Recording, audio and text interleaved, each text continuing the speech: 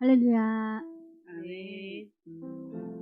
오늘도 하나님의 은혜가 얼마나 크고 놀라울지 이 시간 간구하는 그 시간 되었으면 좋겠습니다. 예수님이 얼마나 우리를 사랑하고 계시는지 체험하는 시간 되었으면 좋겠습니다. 이 시간에도 옳은 길이 무엇인지 하나님 말씀이 하나님께서 뭐라고 말씀하시는지 귀 기울이는 시간 되었으면 좋겠습니다. 함께 박수 치시면서 찬양하시겠습니다.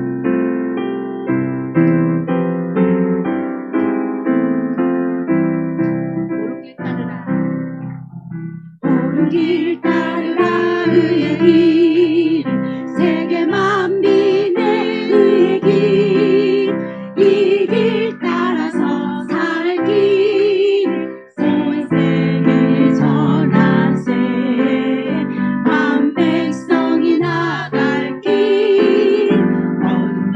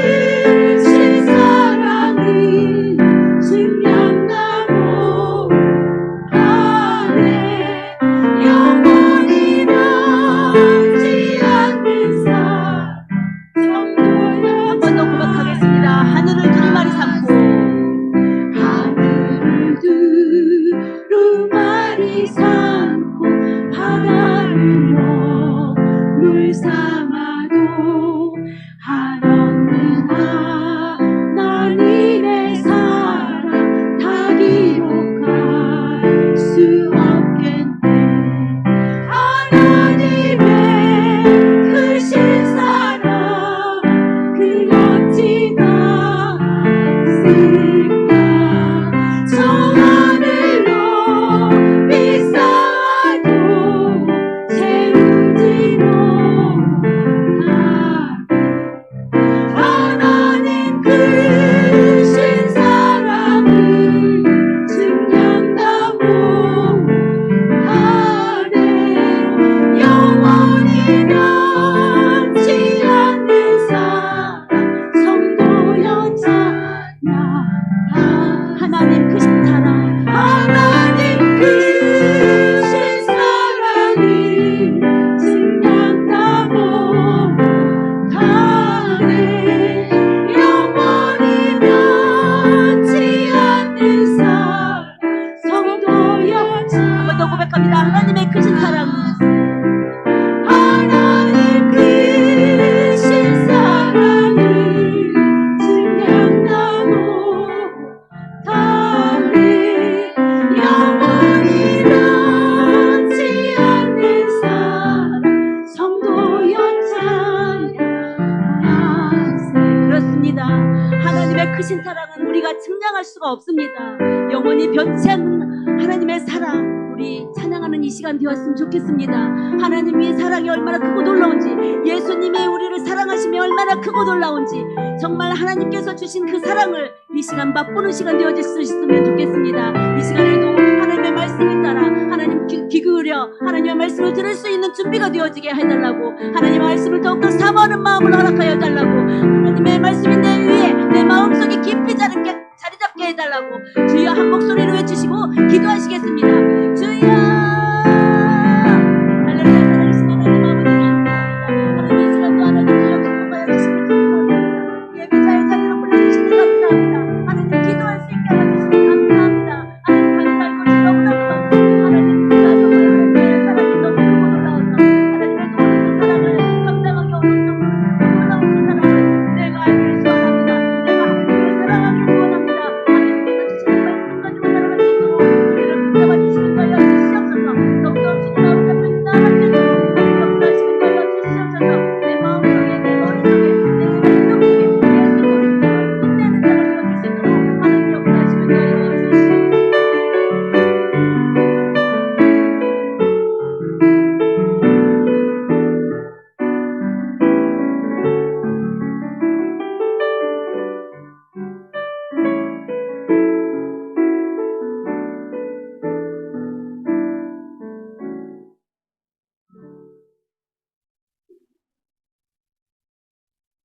마태복음 2장 13절로 23절까지 한 절씩 교독하도록 하겠습니다.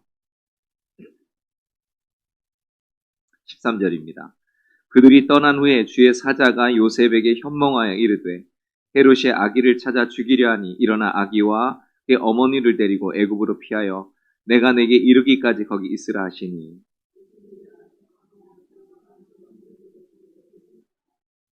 헤롯이 죽기까지 거기 있었으니 이는 주께서 선지자를 통하여 말씀하신 바 애굽으로부터 내 아들을 불렀다 함을 이루려 하심이라.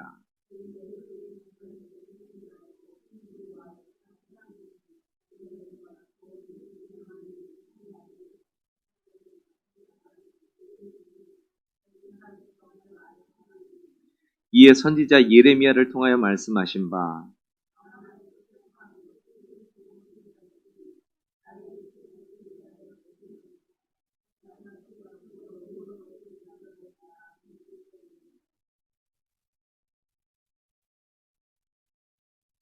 헤롯이 죽은 후에 주의 사자가 애굽에서 요셉에게 현몽하여 이르되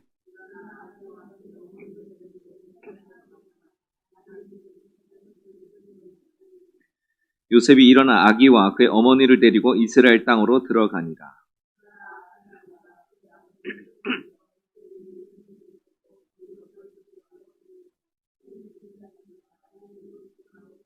같이요. 나사렛이란 동네에 가서 사니 이는 선지자로 하신 말씀에 나사렛 사람이라 칭하리라 하심을 이루려 함이로라.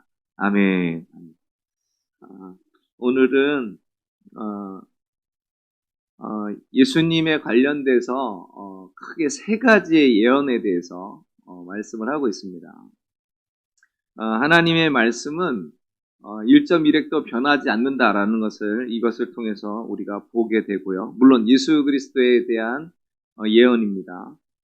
세상은 변하고 달라져도 하나님의 말씀은 영원히 변하지 않습니다. 진리 그 자체는 변하지 않아요.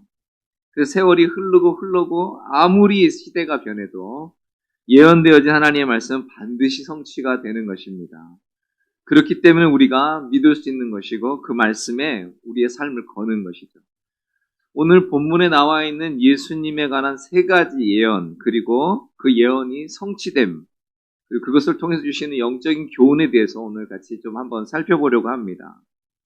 첫 번째 예언은 애굽으로 피신하신 그러한 내용입니다. 13절에 보면 하나님께서 요셉으로 하여금 애굽으로 피하도록 하셨습니다. 왜냐하면 헤롯이 아기 예수를 찾아 죽이려고 했기 때문입니다. 그 이유는 아시죠? 지난주에 동방박사들이 자기에게 알려달라 했는데 꿈의 지시하심을 받아서 그냥 다른 길로 가버렸기 때문에 그래서 13절에 보면 그들이 떠난 후에 주의 사자가 요셉에게 현몽하여 이르되 헤롯이 아기를 찾아 죽이려 하니 일어나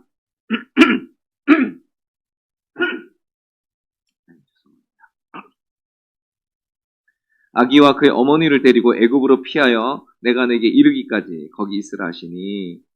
아멘. 이 말씀은 사실 호세아에 나오는 말씀이에요. 호세아서 11장 1절에 예언되어진 말씀인데 이렇게 되어 있습니다. 이스라엘이 어렸을 때 내가 사랑하여 내 아들을 애굽에서 불러냈거늘. 이렇게 되어 있습니다.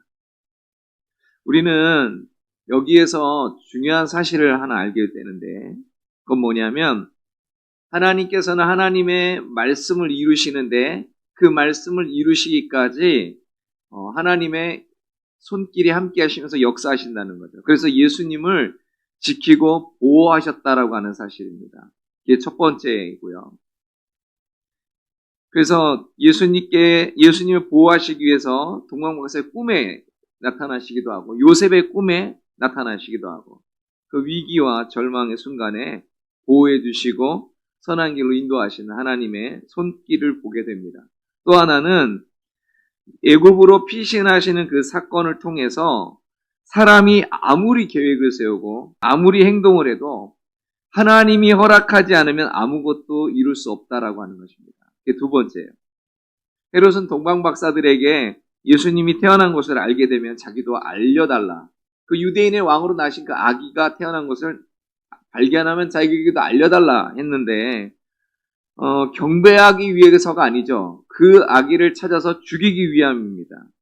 헤롯은 자기의 그러한 꼼수, 그러한 그 음모를 철저하게 감추고 아주 견고한 모습으로 나아가는 것이죠. 자기의 살인행위를 정당화하기 위해서 아마 이미 계획도 다 세워놨을 것입니다. 그런데 그가 아무리 치밀한 계획을 세우고 자기의 권세를 가지고 뭔가를 다 꾸미고 철통방어를 해도 하나님께서 허락하신 일이 아니면 안 된다는 것이죠. 사실 헤롯의 권세는 대단했습니다. 삿된 말로 날아가는 새도 떨어뜨릴 정도로 그런 대단한 권세를 휘둘렀죠. 그가 작정하면 사람 한둘 죽이는 것은 유도 아닙니다. 그런데 예수님은 죽일 수 없었죠. 그 많은 아이를 죽이는 가운데서 죽일 수 없었습니다. 예수님께서는 말씀하시죠. 참새 2마리가 하나 아사리온에 팔리는 것이 아니냐. 그런데 하나님이 허락하지 않으면 그런 일은 절대로 없다라고 말씀하시는 거죠. 헤롯은 자기의 권력을 유지하기 위해서 처자식까지 죽였던 사람입니다.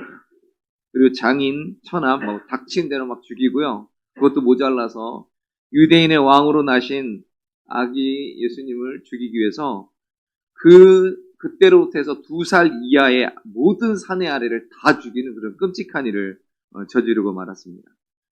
그런데 그렇게 하고도 예수님을 못 죽였고요. 결국은 자기는 어떻게 됐느냐? 노년에 아주 비참한 인생을 맞이했습니다.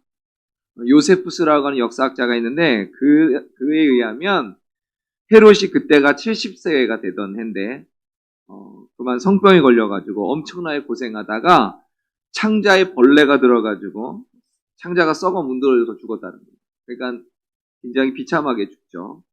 이제 그렇게 헤롯이 죽고 나서 하나님께서는 다시 요셉을 이스라엘 땅으로 다시 돌아오도록 하셨는데 이런 것이 다 하나님께서 말씀하신 그런 예언이었다. 그 예언의 성취였다는 거죠. 어쩌다 보니까 그냥 된 것이 아니라 하나님께서 말씀하신 예언의 성취였다라고 하는 것입니다.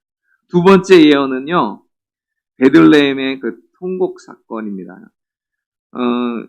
선지자 예레미야로 하신 이야기라고 말씀인데 이게 예레미야 31장 15절에 나오는 말씀이거든요. 한번 보겠습니다. 여호와께서 이와 같이 말씀하시니라. 라마에서 슬퍼하며 통곡하는 소리가 들리니 라헬이 그 자식 때문에 애곡하는 것이라. 그가 자식이 없어져서 위로받기를 거절하는도다. 라헬이 베들레헴 근처에서 베냐민 나타가 죽은 그러한 일이 있죠.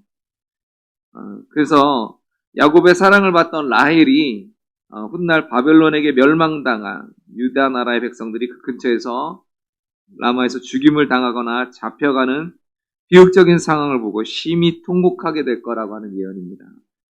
그래서 그 예언을 예레미야 선지자가 했는데 예레미야 40장 1절에 보면 1차적으로 그 예언이 성취가 됩니다.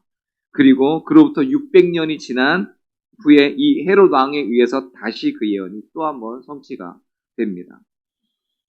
헤롯은 자기가 가만 앉아서 왕위를 뺏길 수 없다라고 생각을 했겠죠. 그래서 그는 갖은 수를 다 쓰는 겁니다. 지난번에도 말씀드렸지만 헤롯은 유대인이 아니에요. 그렇기 때문에 그런 큰 결점을 가지고 있기 때문에 자기를 백성들이 왕으로 인정하지 않기 때문에 더 자기 자리를 지키려고 치열했던 것이고 더 잔인했던 것입니다. 그리고 또한 유대인의 환심을 사기 위해서 성전도 짓고 그리고 꽤 이 사람은 정치적으로 굉장히 좀 유능했던 사람이에요. 그래서 여러 가지 일들도 잘 처리하고 좀 했던 사람입니다. 우리가 이 사람에 대해서 너무 단면만 보니까 그러는데 실제로 보면은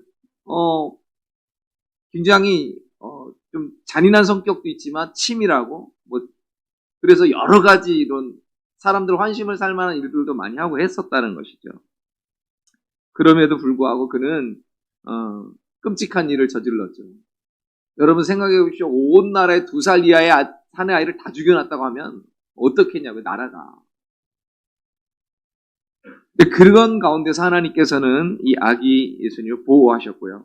그래서 애굽으로 가도록 지시하셨고, 근데 왜 애굽으로 갔냐면 당시 애굽은 로마로부터 파견된 총독이 지배를 하고 있었기 때문에 헤롯 왕의 손길이 미치지 않는 곳이었답니다. 그렇기 때문에 그곳에서 보호를 받는 것이죠.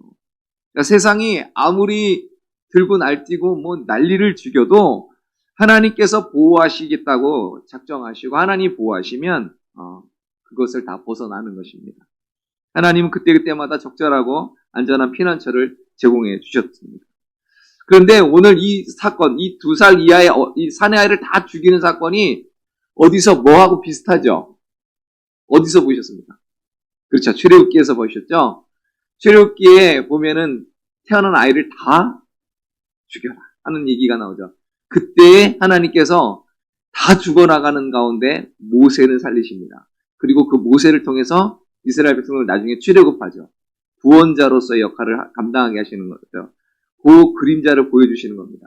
그래서 그것이 오늘 예수님에게 이렇게 오버랩되고 있는 거예요. 그래서 예수님이 그 동일한 사건처럼 보이는 그러한 일들 통해서 바로 이 예수님이 너희를 영적으로 출애굽할, 너를 영적으로 구원할 자라고 하는 것을 보여주고 계시는 겁니다. 세 번째로 예언은 나사렛 사람이라 불리게 된다라고 말씀을 하는 거죠. 23절을 보면 나사렛이란 동네가 사니 이는 선지자로 하신 말씀에 나사렛 사람이라 칭하리라 하심을 이루려 함이로라 되어 있습니다. 헤롯이 죽은 후에 다시 천사를 통해서 아기 예수를 이스라엘 땅으로 다시 오도록 하나님께서 역사하셨습니다. 특별히 꿈에서 지시하셔서 갈릴리 지방으로 와서 사시게 되었는데, 오늘 읽었던 말씀과 앞에 보면은 아켈레오라고 하는 왕이 등장해요. 이 왕이 아주 잔인합니다. 아주 잔인한 왕이에요. 그래서 그 아버지가 헤롯이거든요. 근데 그 아버지 헤롯 왕이 죽으면서 땅을 이게 분배해가지고 그 자녀들이 땅을 이제 다스리게 된 거죠. 그래서 유대와 그 주변은 아켈레오가 통치하고, 갈릴리는 헤롯 안티파스가 통치하고, 바다네아는 필립이 이렇게 통치를 했단 말이죠. 근데 그 중에 가장 잔인하고 악독한 왕이 이 아켈레오 왕이었어요. 그리고 왕이 되자마자 유대인 그 백성들을요 3,000명이나 학살을 해버렸습니다. 여러분, 이게 보통 일이 아닌 거죠. 얼마나 잔인한 사람이에요. 그러니까 이 사실을 알고 있으니까 요셉이 그 땅으로 가기가 두려운 거죠. 그 베들레헴 땅으로 돌아갈 수가 없는 거죠.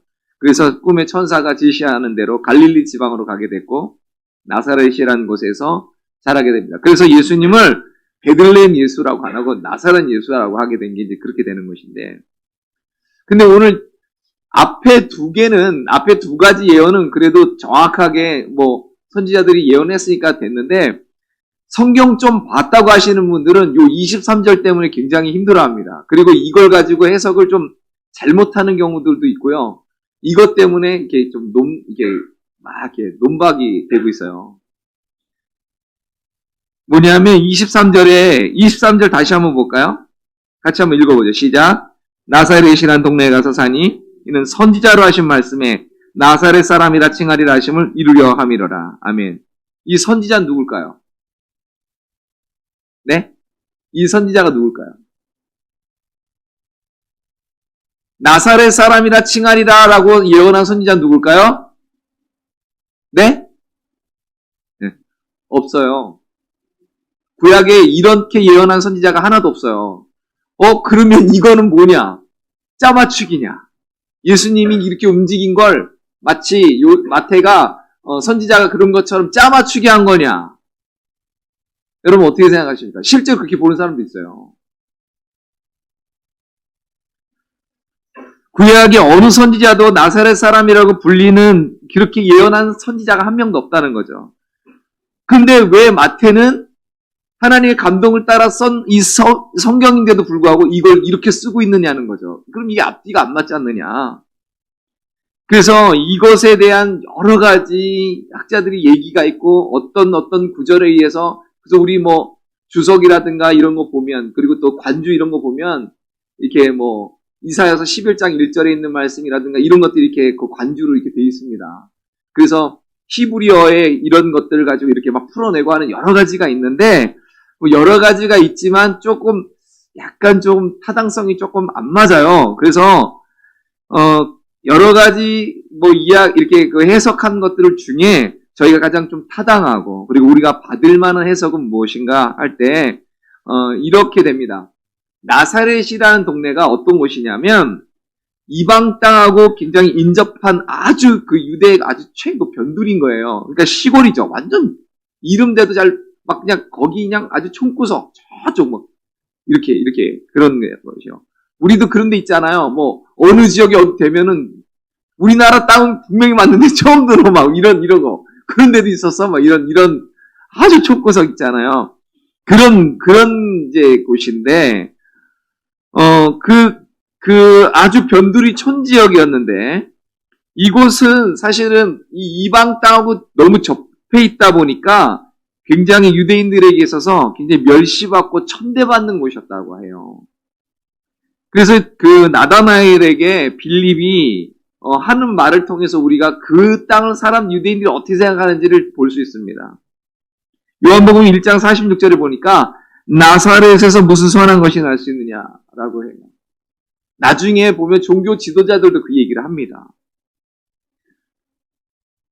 이방 땅으로 거의 간주될 만한 그러한, 유대 땅임에도 불구하고 이방 땅으로 간주될 만한 그러한, 그 사람들의 격렬하고 조롱하는, 왜냐하면 유대인들은 이방인들을 뭐라고 불렀죠? 개라고 불렀어요. 그러니까 거의 개라고 부르는 사람 옆에 있으니까 이건 개, 이렇게 취급이 돼버린 거예요. 그러니까 그러한 곳이라는 것이에요. 그래서 나사렛 사람이다 칭함을 받는다라고 하는 이것을 그냥 그러니까 나사렛에 자라서 그곳에서 나사렛 사람이라 칭함을 받을 거다라고 하는 그런 예언이 아니라 여러 예언을 예수님에 관련된 여러 예언을 모아서 그것을 분석해서 딱 보니까 예수님에 대한 그 메시아에 대한 예언들이 이렇더라는 거예요. 당시 마태가 여러 선지자들을 이렇게 보니까 메시아가 어떤 취급을 당하냐면 멸시를 당하고 심지어 벌레 취급을 당하고 형제들에게도 외면당하는 그러한 이런 예언이 되어 있는 거예요. 특히 이사야서 53장 2절을 한번 같이 보겠습니다. 이사야서 53장 2절 같이 시작.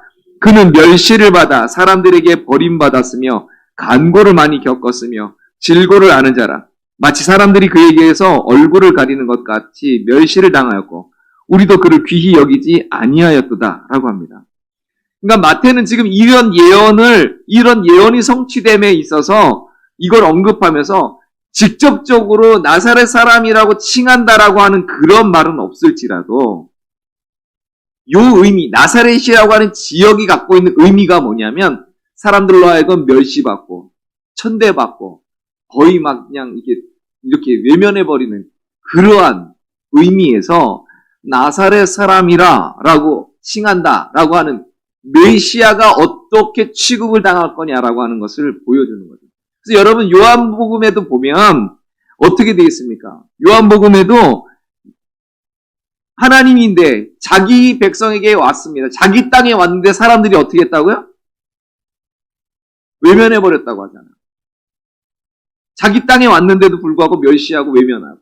그러니까 그 모습을 지금 여러 선지자들이 한 예언을 보니까 나사렛이라고 하는 이 지명이 갖고 있는 의미가 사람들이 갖고 있는 그런 관념이 메시아에게 투영되더라는 거죠. 그래서 나사렛 사람이라 칭한다라고 하는 표현이 결국은 이런 거예요.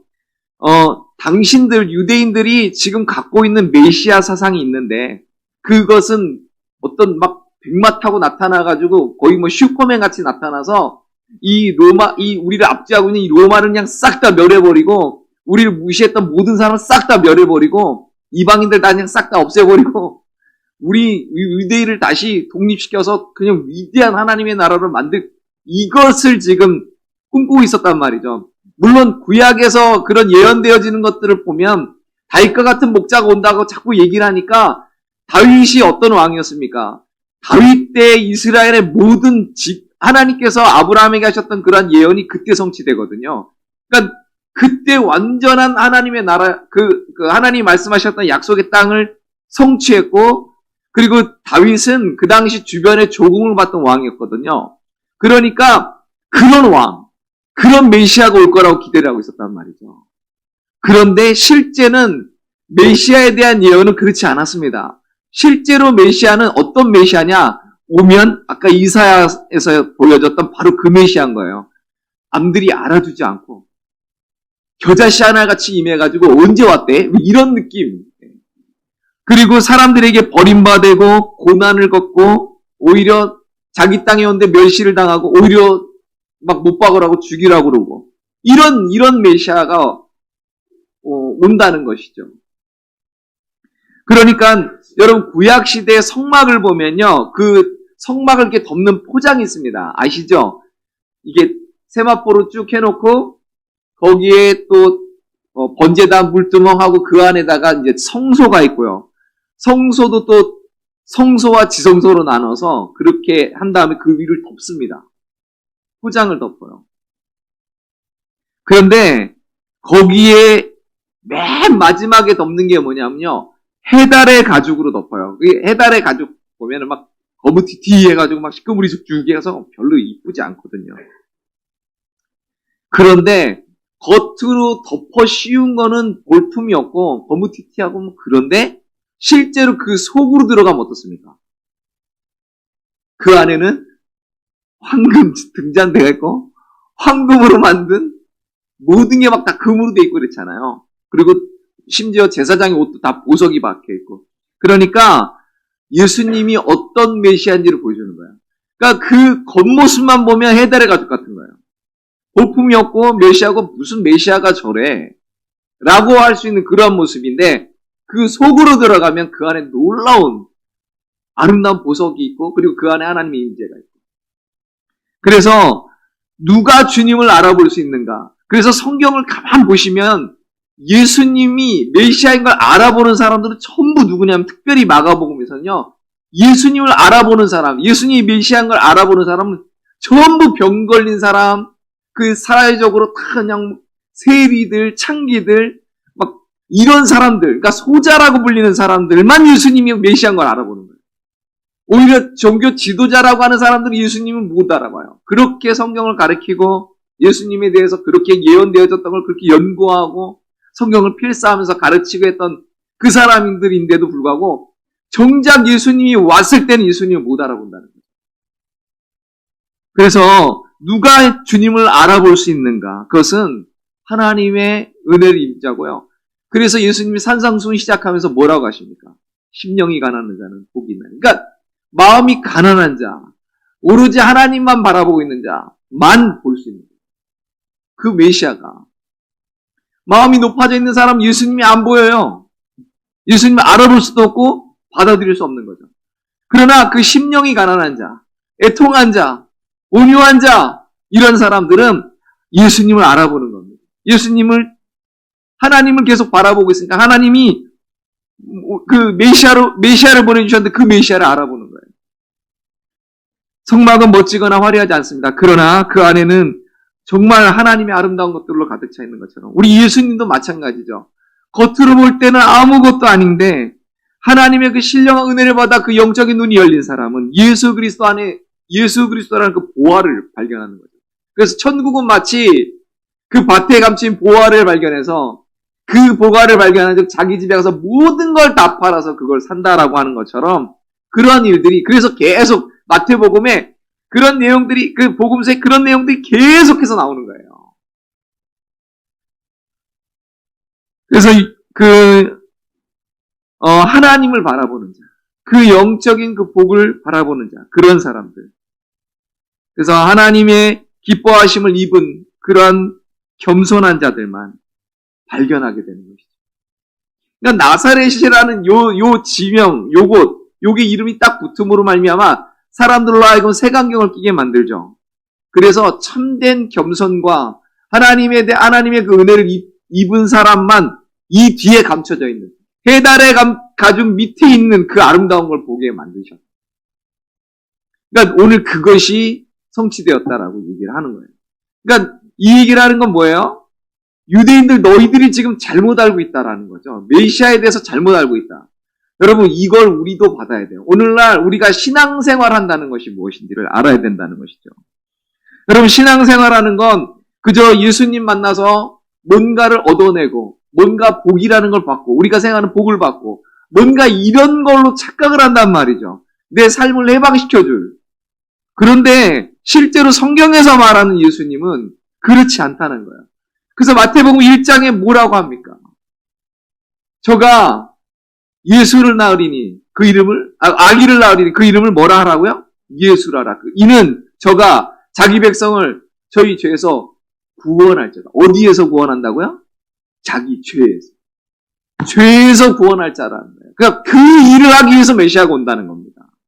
그 일을 위해서 메시아가 십자가에 달려야 되는 거고 그 일을 위해서 메시아가 고난을 당해야 된다는 것이죠. 그 의미를 이 나사렛에 담고 있는 거예요. 그래서 오늘 우리가 예수님의 이 예언을 통해서 세 가지를 우리가 영적인 교훈을 받게 됩니다. 첫 번째는 말 그대로 예언이 성취되는 거죠. 하나님의 말씀은 그것이 우리가 볼 땐 굉장히 오랜 시간이지만 하나님은요 그 예언을 이루시기 위해서 그 하나님의 말씀하신 바를 이루시기 위해서 오랜 시간 동안 정말 치밀하게 차근차근 그것들을 보여주시고 계속 하나님 계시를 점점 이렇게 드러내 보이시면서 마침내 그 예언, 하나님이 말씀하신 그 궁극적인 예언이 성취되도록 그렇게 하셨다는 거예요. 그래서 하나님께서 말씀하신 바는 헛되이 돌아오지 않고 반드시 이루는 거죠. 그래서 예수님이 십자가에 달려 돌아가시고 부활하신 것은 성경대로 죽으셨고 성경대로 살아나셨다는 거죠. 하나님 말씀대로 그대로 다 됐다는 겁니다. 1.1획도 변함없이. 그래서 하나님께서는 마침내 그 구원의 역사를 이루시겠다고 한 하나님의 그 놀라운 프로젝트를, 그 예언을 마침내 이루고야 하셨다. 마침내 이루셨다라고 하는 것을 보여주고 있습니다. 그래서 우리가 하나님의 말씀을 지금도 우리가 품는 거예요. 오래된 그냥 고서적이 아니고 그냥 읽으면 그냥 마음의 양식을 정도로 얻고 뭔가 지혜를 얻는 정도가 아니라 그 하나님의 구원의 약속이 담긴, 그래서 그 말씀을 품는 순간 우리에게 구원을 주시는 놀라운 그런 진리, 이것이 하나님의 말씀이다라고 하는 것이죠. 그렇기 때문에 그 하나님의 말씀을 우리가, 그래서 이거 두 번째로요, 그 예언이 성취됐다라고 하는 것인데, 그 예언이 성취될 때까지 요셉과 그 가족이, 요셉과 마리아가 아기 예수님을 데리고 한 행동을 보십시오. 천사가 지시해서 가라 그러니까 갑니다. 거기서 머물러 있으니까 머물러 있습니다. 와라 그러니까 옵니다. 물론 두려워서 함부로 못 가니까 이쪽으로 가라고 해서 또 이쪽으로 지시를 받습니다. 뭐예요? 철저하게 말씀을 따라간 거죠. 철저하게 말씀에 순종한 겁니다. 여러분, 우리가요, 말씀에 순종한다는 게 그러니까 쉬운 건 아니에요. 여러분, 그게 쉽게 되면은 아무나 다 하게요. 우리는 해병대 정신을 살릴 필요가 있어요. 여러분, 이게 말씀을 받는다고 다 순종하면 얼마나 좋겠어요. 근데 다 순종이 안 돼요. 여러분, 그 당시에 얼마나 요셉과 마리아가 두려웠겠습니까? 그리고 자기네 그 땅을 한번 이렇게 옮긴다는 거, 그게요, 쉬운 일이 아니에요. 고대 시대에는요, 그 예수님 그때 쉬운 얘기가 아니거든요. 오늘날처럼 교통편이 좋긴 했습니까? 아니면 이사를 할 때 무슨 저기 막 포장 이사를 했겠습니까? 뭐 아무것도 아니잖아요. 진짜 그 아기를 데리고 그 먼 길을 한번 생각해 보십시오. 그러니 순종한다는 거는 쉬운 게 아니에요. 그럼에도 불구하고 순종하며 나아가는 것. 그것이 하나님 편에서 볼 때는 하나님의 역사를 이루는, 하나님의 그 예언을 이루는 방편으로, 그 통로로서 이 사람들을 쓰게 되는 것이죠. 그러니까 우리의 순종을 통해서 하나님의 약속이 그대로 이루어지는 겁니다. 물론 우리가 안 한다고 해서 하나님의 약속이, 하나님의 말씀이 안 이루어지는 건 아니에요. 다른 방법을 통해서 하겠죠. 에스더에게 했던 말이 있잖아요. 모르드게가. 너가 지금 여기서 입 닥치고 있으면 너 하나는 살지 모르겠는데 하나님은 너 통해서 안 하면 다른 방법으로 살리실 거야 라고 하는 거죠. 그러니까 하나님은 하나님의 역사를 반드시 이루는데, 원래는 너를 통해서 하려고 했는데 네가 그렇게 순종을 안 해? 그럼 너는 그냥 그걸로 끝. 다른 걸 통해서 한다라는 거죠. 근데 오늘, 그러니까 우리가 하나님의 말씀에 순종하며 나아간다는 건 오늘날도 마찬가지죠. 계속해서 우리를 통해서 이루시고자 하는 하나님의 구원의 역사를 계속해서 이루어 가시는 겁니다. 예수님이 오시는 그 예언이 성취되었고, 이제 또 우리에게 약속된 예언들이 아직 남아있잖아요. 그런 것들을 우리의 순종함을 통해서 계속 이루어가는 거예요.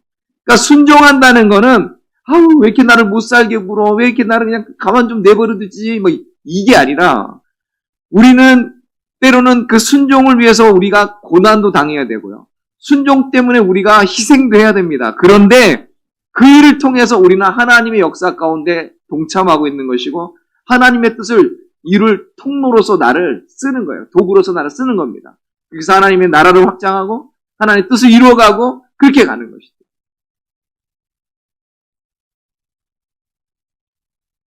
그래서 하나님의 예언에 성취되는 그 과정을 보니까 순종을 담보로 하고 있어요.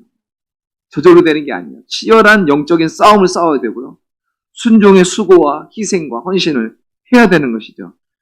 근데 이거를 안 하려고 들면 그래요. 그냥 그걸로 끝나는 겁니다. 그 사람은. 그냥 그렇게 가는 거예요. 그러나 하나님은 다른 방법을 통해서 또 하나님의 역사를 이루어 가실 것입니다. 우리는 그래서 하나님의 말씀에 철저히 순종하며 나아가는 거예요. 근데 그렇게 하면 죽을 것 같아도 안 죽는다는 거예요. 오히려 하나님의 보호와 하나님의 인도하심을 받으면서 갈 수 있어요. 오히려 살 길이 열린다는 거죠. 죽을 것 같은데 오히려 살 길이 열리는 거예요.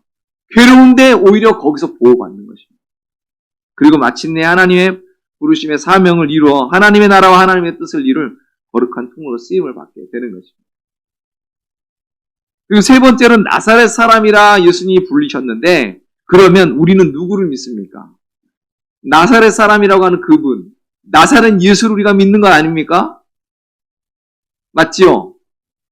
나사렛 예수를 믿는다는 건 무슨 의미예요? 여러분, 예수님은 온 천지 만물을 창조하신 분이십니다. 그분 하나님이세요. 그럼에도 불구하고 자기의 몸을 비워서 종의 형체로 오셨습니다. 근데 그 왕이 어떤 대접을 받았습니까? 사도 요한이 말한 대로 자기 땅에 왔는데 아무도 그를 영접하지 않았습니다. 오히려 멸시했습니다. 이사야의 예언대로 그 얼굴이 인생보다 상했고요. 아무런 외적인 아름다움이나 영광이나 화려함이 없어요. 오히려 멸시와 천대와 상함과 찢김이 있었습니다. 시편 기자의 말대로 벌레 취급당하고 조롱거리가 되었습니다. 그게 메시아거든요. 그 예수님의 모습이었다고요. 그럼 예수님을 따라간다는 건 우리도 그거 각오하고 가야 된다는 거예요. 그래서 빌립보서 2장 말씀 우리가 기억할 필요가 있겠습니다. 우리 빌립보서 2장의 말씀 한번 좀 길지만 같이 한번 읽어볼게요. 5절부터 11절까지 한번 쭉 같이 시작. 너희 안에 이 마음을 품으라. 곧 그리스도 예수의 마음이니 그는 근본 하나님의 본체시나 하나님과 동등됨을 취할 것으로 여기지 아니하시고 오히려 자기를 비워 종의 형체를 가지사 사람들과 같이 되셨고 사람의 모양으로 나타나사 자기를 낮추시고 죽기까지 복종하셨으니 곧 십자가에 죽으심이라. 이름으로 하나님이 그를 지극히 높여 모든 이름 위에 뛰어난 이름을 주사 하늘에 있는 자들과 땅에 있는 자들과 땅 아래에 있는 자들로 모든 무릎을 예수의 이름에 꿇게 하시고 모든 입으로 예수 그리스도를 주라 시인하여 하나님 아버지께 영광을 돌리게 하셨느니라. 아멘. 아멘. 그러니까 예수님을 따라간다는 것은 예수님이 누군지를 아는 것이고 예수님이 어떻게 사역하셨으며 그 결과가 무엇인지를 알고 또한 예수님을 뒤를 따라가는 자도 동일한 영광을 받는 것이죠. 그래서 그 동일한 영광을 받기 위해서 우리도 동일한 고난을 받는다고 사도 바울이 말씀하지 않습니까? 그러니까 예수님이 나사렛 사람이라 불린 것처럼 우리도 나사렛 사람이라 불리기를 주저하지 않아야 돼요. 부끄러워하지 않아야 돼요. 나사렛 사람이라 불린다는 것은 사람들로 하여금 멸시를 당하고 또는 조롱을 당하고 때로는 외면을 당하고 그거를 기꺼이 한다는 거예요. 그래서 예수님이 말씀하시는 게 뭐예요? 누구든지 자기 십자가를 지고 나를 따르지 않는 자도 능히 내 제자가 되지 못하리라 라고 말씀합니다.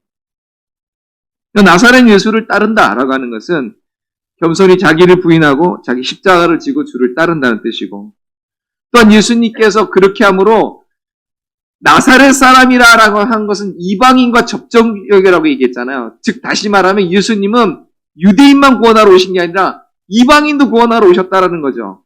이게 어디서 드러나요? 예수님이 제자들에게 명령하신 게 뭡니까? 마지막에 너희는 가서 모든 족속으로 제자를 삼아 아버지 아들과 성령의 이름으로 세례를 주고 내가 너에게 분부한 모든 것을 가르쳐 지키게 하라 라잖아요.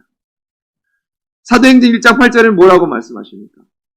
오직 성령이 너에게 임하시면 너희가 권능을 받고 예루살렘과 온 유대와 사마리아 땅끝까지 이르는 데 증인이 되리라가 예수님 명령이란 말이에요.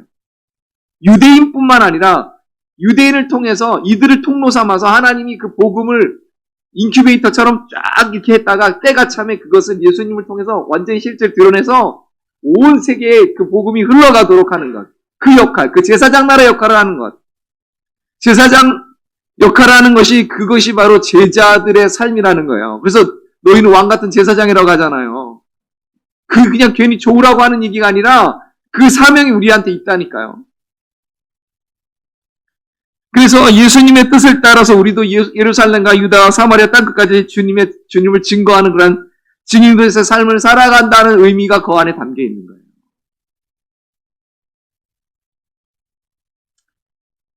우리 풍성한교회 건석들에게 권면하고 또 저 스스로에게도 그리고 우리 모두에게 권면합니다. 우리 하나님의 말씀 반드시 이루어집니다. 하나님의 말씀 진리이기 때문에 그렇습니다.